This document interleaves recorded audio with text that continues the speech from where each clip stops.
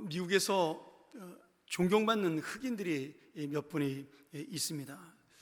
요즘은 이제 운동선수들이 많이 존경을 받았죠. 한때는 타이거 우즈가 대통령 후보로 나와도 뽑아준다 뭐 이런 말이 있을 정도로 예전에 한번 그런 적이 있었는데, 사실 미국 사람들이 가장 존경하는 두 분의 흑인은 한 분은 땅콩 박사로 유명한 조지 워싱턴 카버라는 분입니다. 이분은 이제 미국의 농업혁명을 일으켰던 분이고, 어려운 남부 농업지대를 이 땅콩을 개발해서 수십 가지의 원료로 만들어 사람들에게 도움을 줬던 분이고, 단 한 푼도 특허료나 기술료를 받지 않고 모든 것을 오픈한 아주 굉장히 위대한 농업학자죠.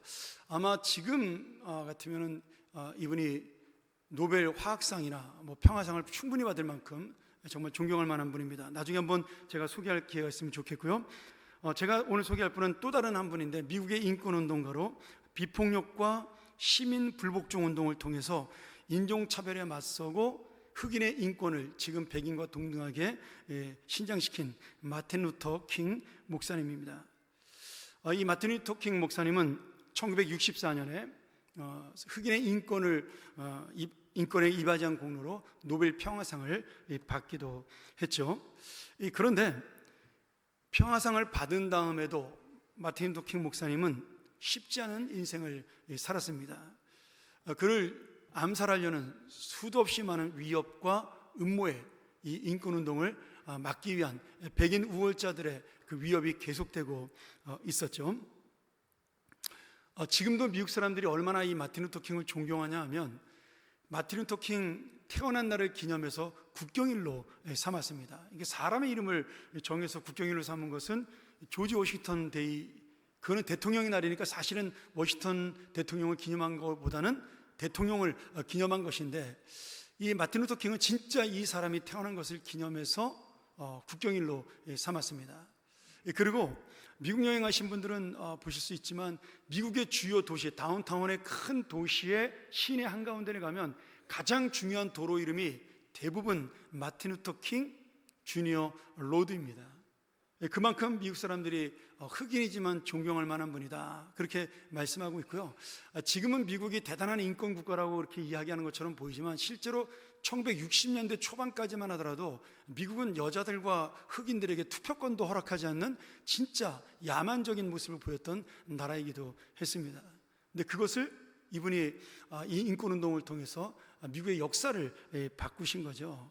근데 이분이 하도 암살의 위험을 겪는데, 한 번은 68년도 4월 3일 날, 죽기 전날이죠, 멤피스라는 곳에서 흑인 청소년들의 그 인권 파업을 지지하면서 이렇게 연설을 했어요. 근데 이미 이 연설하기 전에 당신을 죽이겠다라는 그런 편지들이 날아오던 때였습니다. 마치 자신의 죽음을 예고한 것처럼 이렇게 연설을 해요. 다른 사람들처럼 나도 오래 살고 싶습니다. 오래 사는 것도 하나님의 좋은 일입니다. 그러나 지금은 오래 사는 것에 대해 걱정하지 않습니다. 나는 다만 하나님의 뜻을 수행하고자 합니다. 그러면 하나님께서 나를 산꼭대기 천국에 올라가라고 하실 것입니다. 나는 그 산꼭대기에서 둘러봅니다. 약속된 땅을 보고요, 아마 여러분들과 함께 그곳에 갈지도 모르겠습니다.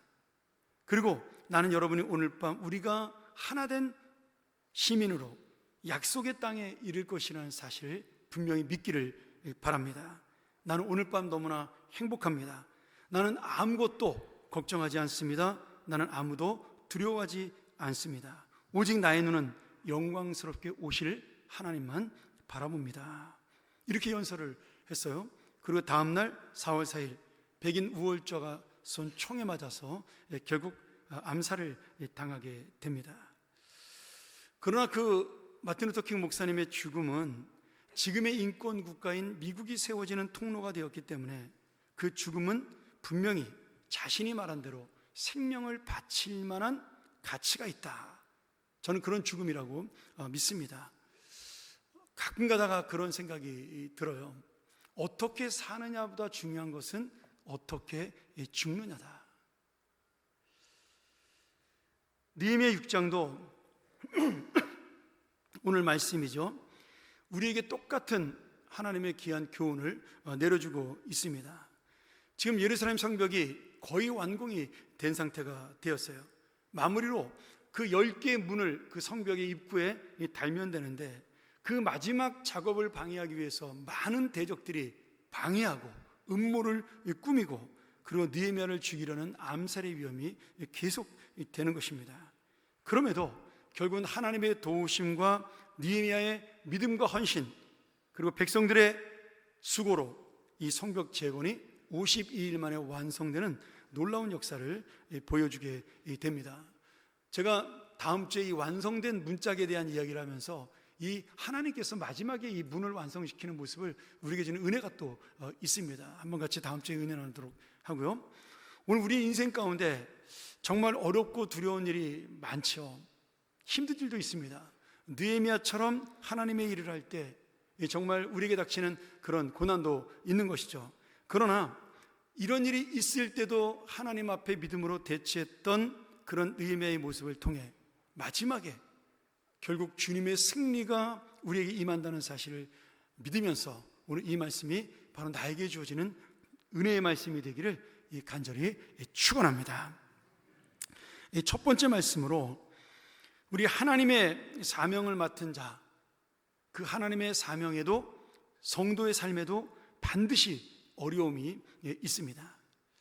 느헤미야 6장 2절에 우리가 읽은 말씀에 보면 느헤미야의 대적이었던 산발랏과 게셈이 느헤미야를 유혹하는 장면이 나와요.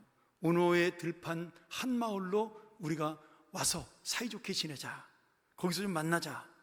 근데 그 말 속에 뭐가 들어있어요? 느헤미야를 납치해서 죽이려는 그 흉계가 들어 있었던 겁니다. 예루살렘 성벽이 완성되기 시작하니까 그 예루살렘 성벽 주변에 살던 대적들이 두려워하게 됩니다. 성벽 문을 달고 공사를 마치면 이제 예루살렘 성은 단단한 방어를 할 수 있게 돼요. 그럼 주변의 여러 나라들이 위협을 할 수가 없으니까 이웃 나라인 사마리아, 암몬, 그리고 아라비아 지역의 많은 나라들이 이 성벽이 완성되지 않도록 마지막까지 방해하고 술수를 쓴 것이죠.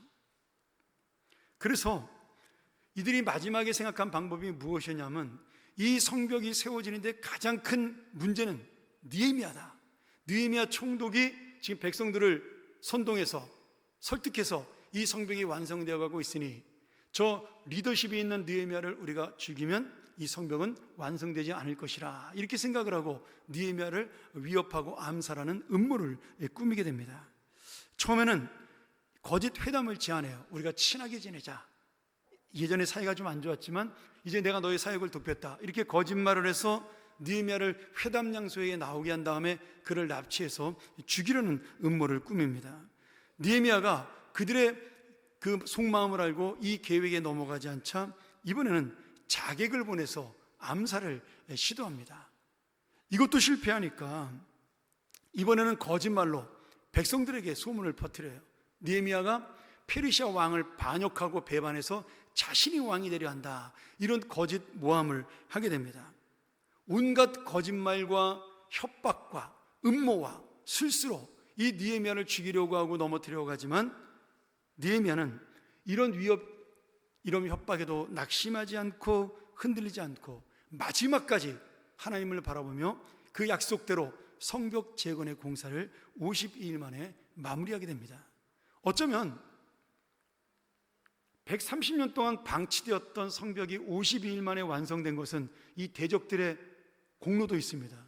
너무 괴롭히니까, 너무 방해하니까 지금 느헤미야 백성들이 한 마음으로 빨리 이것을 이루자, 그런 마음도 들었던 거예요. 그래서 남들이 상상할 수 없는 이 짧은 2달도 안 된 기간에 이 성벽이 완성이 된 것이죠. 오늘 여러분, 우리 믿는 성도의 삶에도, 우리 믿음의 공동체에도 바로 이런 대적자와 어려움들이 항상 있습니다. 사탄의 목적이 뭐예요?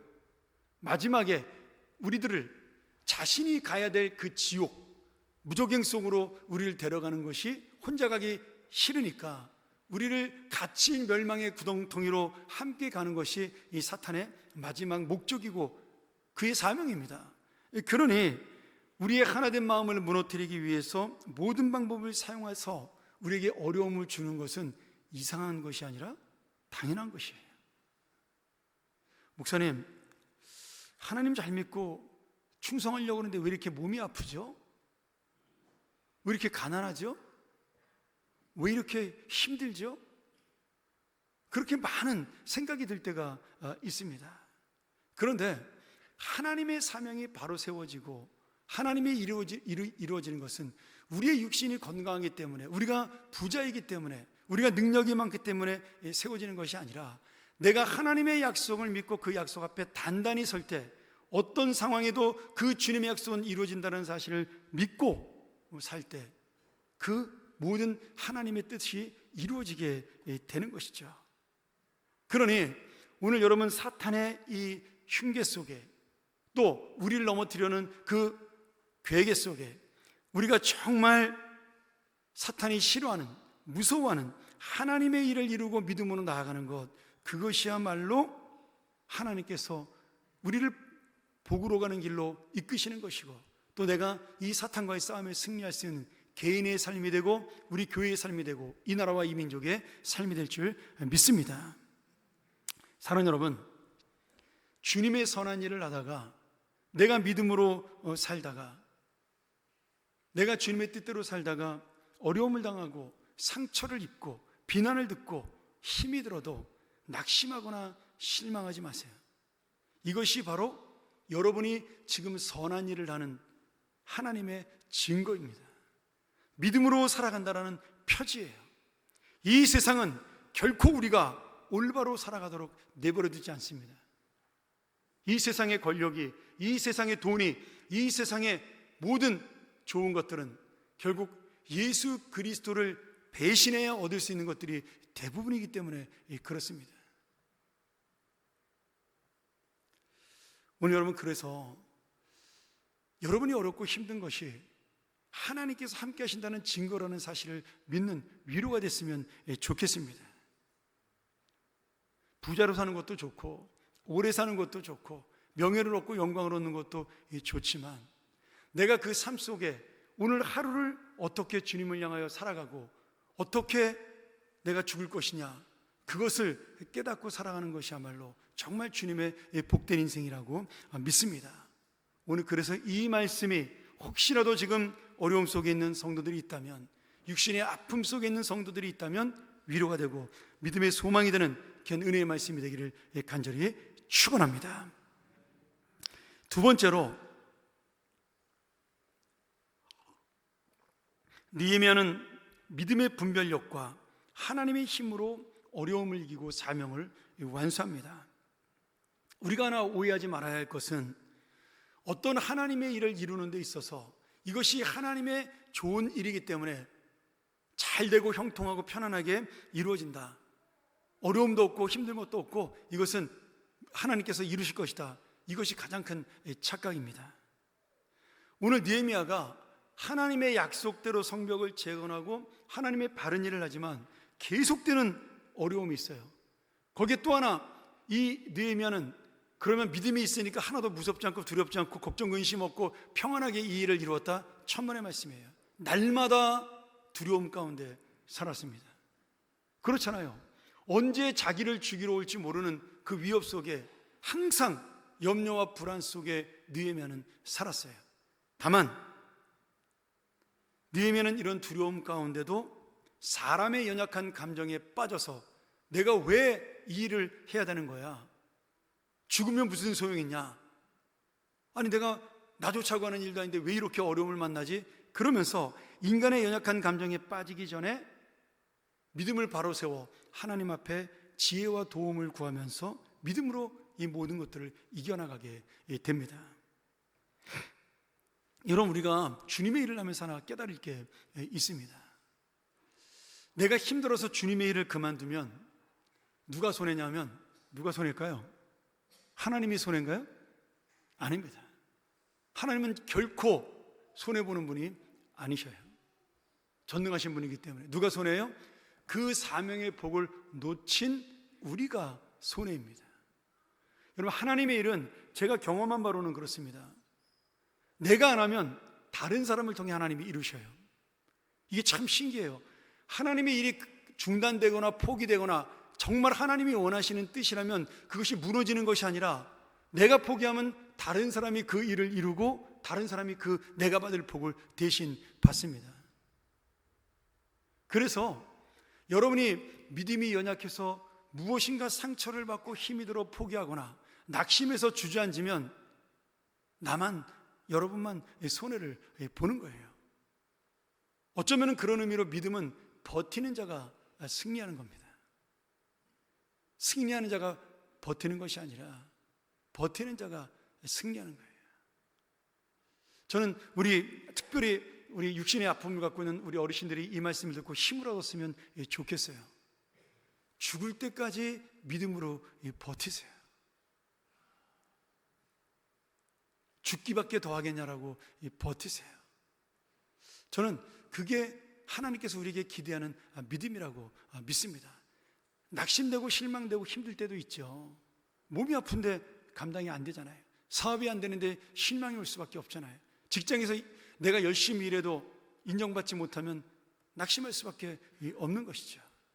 그런데 하나님이 우리를 알고 있고 하나님이 내 중심을 알고 내 마음을 알고 있다면 여러분 걱정할 거 없습니다. 버티시면 언젠가 주님의 때가 올 것입니다. 느헤미야가 어마어마하게 어려운 일을 겪었지만 결국 그것이 며칠 만에 끝났어요? 52일 만에 끝났습니다. 어쩌면 우리가 스스로 연약한 감정 속에 빠지기 때문에 내 생각에 골몰하고 거기에 집중하기 때문에 하나님이 우리를 위해 준비하신 계획들을 잘 보지 못하는 것 같아요. 저도 그런 적이 많이 있습니다. 하나님은 더 좋은 계획과 더 좋은 뜻으로 우리 앞길을 막으시는 것인데 우리는 막혀있는 답만 보고 실망할 때가 많은 거죠. 그런 의미에서 느헤미야는 대단한 사람이었어요. 그는 이 어려움을 만났을 때 먼저 하나님께 구했습니다.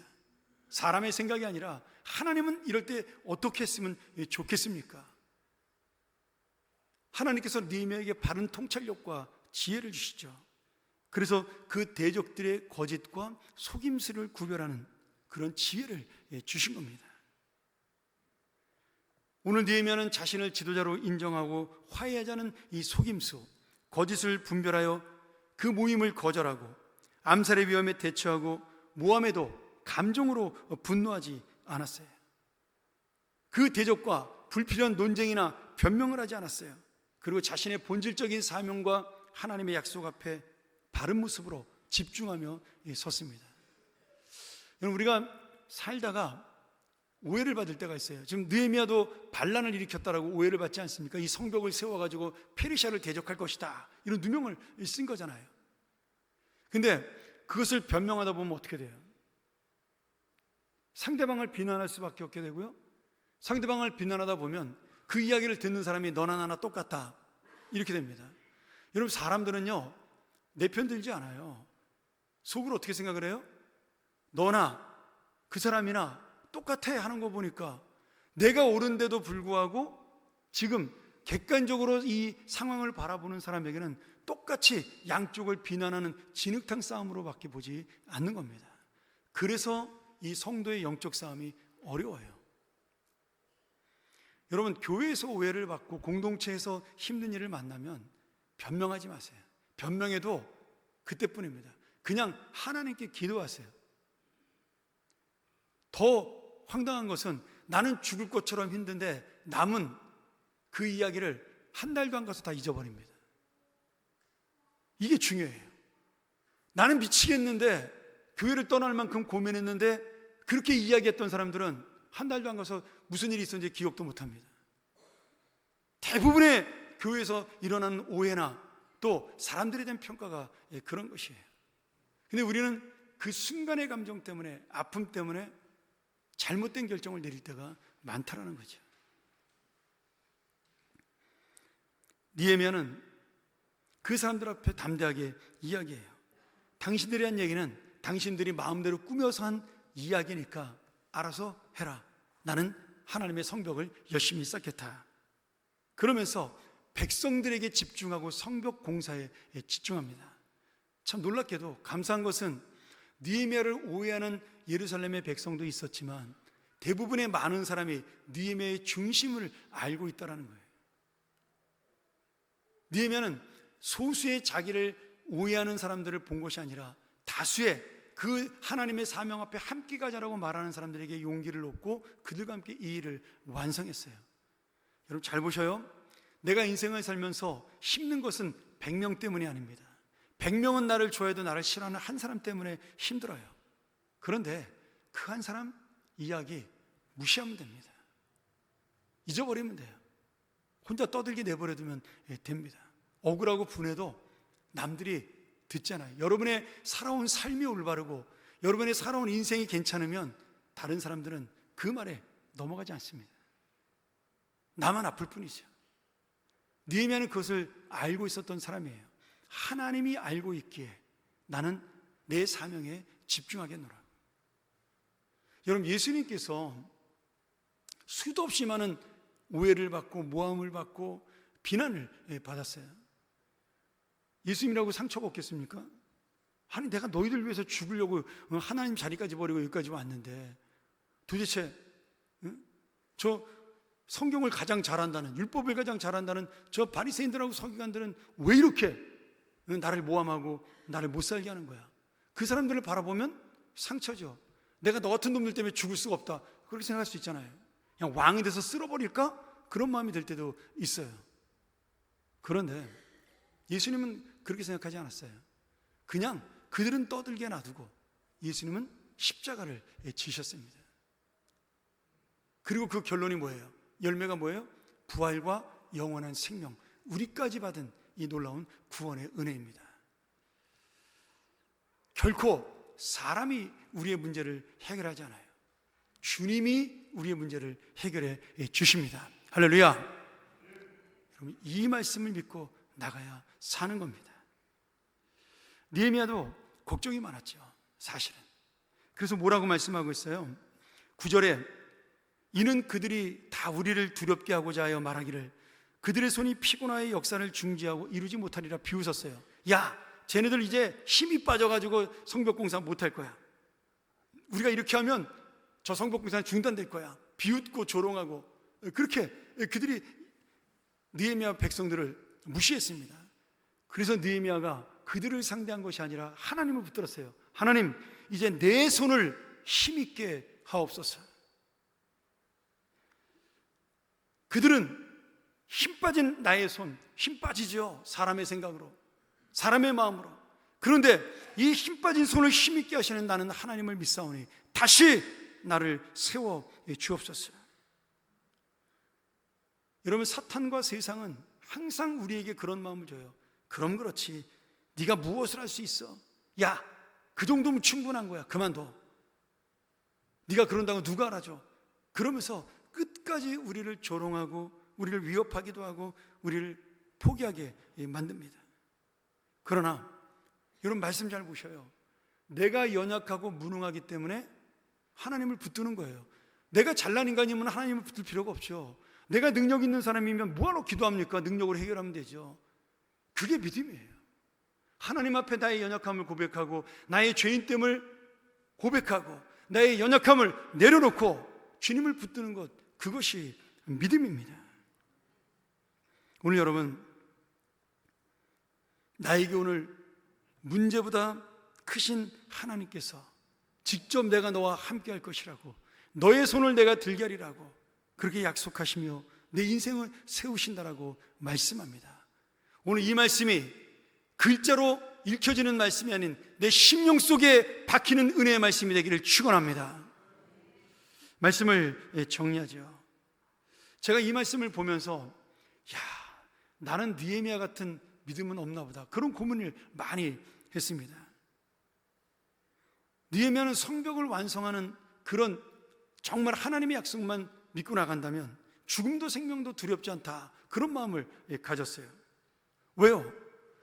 지금 아까 말한 대로 느헤미야가 죽어도 하나님의 사명은 완성됩니다. 느헤미야가 넘어져도 성벽은 완성돼요. 느헤미야가 아닌 다른 사람을 통해서. 그러니 지금 느헤미야가 총독으로 온 목적, 이 성벽을 재건하고 완성하여 하나님의 거룩한 나라를 다시 세워보겠다는 이 목적이 이루어진다면 내가 죽어도 괜찮다. 그것 때문에 사는 것이니까 그것이 이루어지면 죽는 거는 괜찮다. 마틴 루터 킹 목사님이 똑같은 생각을 한 거죠. 내가 목사가 되고 이 운동을 하는 것은 우리 흑인들이 자유롭고 평화롭게 함께 살아가는 공동체를 만드는 것이다. 그가 백인을 무시하지 않았어요. 존중했습니다. 그래서 비폭력 무저항으로 나간 거죠. 그러면서 거기에 내 생명이 바쳐진다면, 내가 죽어 그 일이 이루어진다면 나는 가치 있는 삶이 되는 것이다. 이렇게 항상 생각을 한 겁니다. 사랑하는 여러분, 그렇습니다. 구원받은 하나님의 자녀, 하나님의 이제는 사명을 갖고 살아가는 자녀는 무엇 때문에 살고 무엇 때문에 죽어야 되나요? 사도 바울이 그 마음을 그대로 이렇게 고백하지 않습니까? 로마서 14장 7절에 우리 가운데는 자기만을 위하여 사는 사람도 없고 자기만을 위하여 죽는 사람도 없습니다. 우리는 살아도 주님을 위하여 살고 죽어도 주님을 위하여 죽습니다. 그러므로 우리는 살든지 죽든지 주님의 것입니다. 아멘. 여러분, 이미 우리는 죽었다 다시 살아난 인생이에요. 죄로 죽은, 그러나 예수님의 새로운 생명으로 다시 살아난 인생이에요. 우리가 갈라디아서 2장 20절을 같이 함께 나누면서 이제는 내가 사는 것 아니라 오직 내 안에 계신 예수 그리스도, 그 믿음 안에 사는 것이라고, 그분을 믿는 믿음 안에서 우리가 사는 것이라고 고백하며 살아가는 것이 우리의 인생입니다. 그러니 주님의 뜻이 이루어진다면 그것이 바로 살든지 죽든지 상관이 없는 마음이죠. 제가 예전에도 한번 얘기했잖아요. 사도 바울은 소원이 뭐예요? 빨리 죽는 거였어요.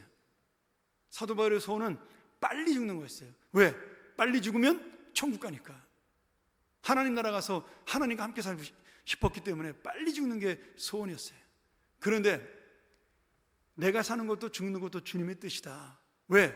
주님이 나에게 남겨진 사명을 이룰 때까지 사는 것이요, 그 사명이 다 끝나는 날 죽으면 된다. 나의 달려갈 길을 다 마치고 이제 후로는 나를 위하여 의의 멸류관이 예비되었으니. 그리고 사도 바울은 자기의 고백 그대로 그 복음의 삶을 마치고 순교했어요. 우리는 누구도 사도 바울이 너무 짧은 인생을 살았다라고 말하지 않아요. 그는 위대한 인생을 살았다라고 말씀합니다. 위대한 인생은 나라의 큰 공로를 세우고 뭐 대단한 업적을 세워서 위대한 인생이 아닙니다. 내가 오늘 하루 주님 앞에 사는 것, 오늘 내가 하루 주님 앞에서 죽는 것, 그것이 가장 위대한 인생이죠. 여러분, 느헤미야가 어떻게 되죠? 우리가 읽지는 않았지만 15절 마지막 16절에 이렇게 말씀하고 있어요.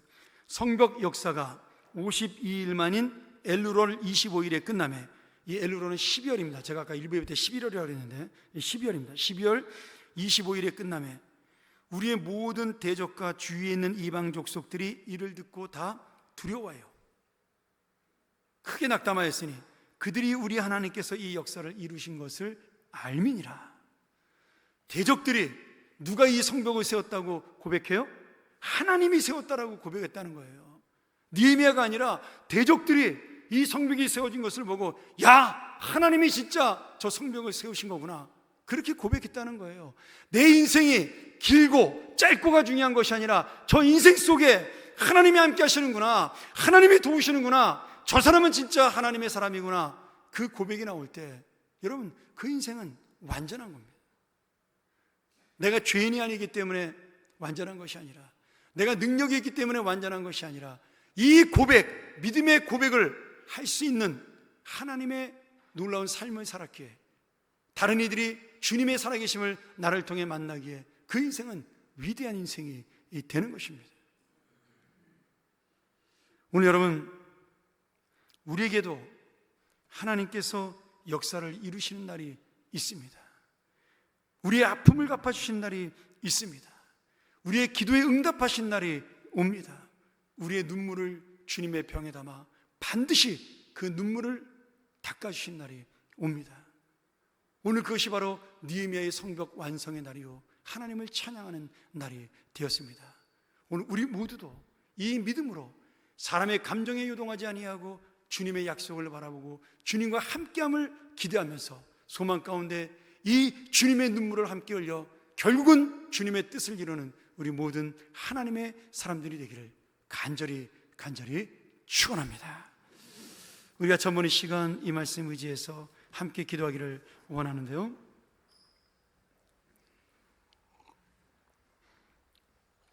우리가 능력 있어 사는 것 아니요, 우리가 힘 있어 사는 것 아니요, 부자이기에 사는 것 아니에요.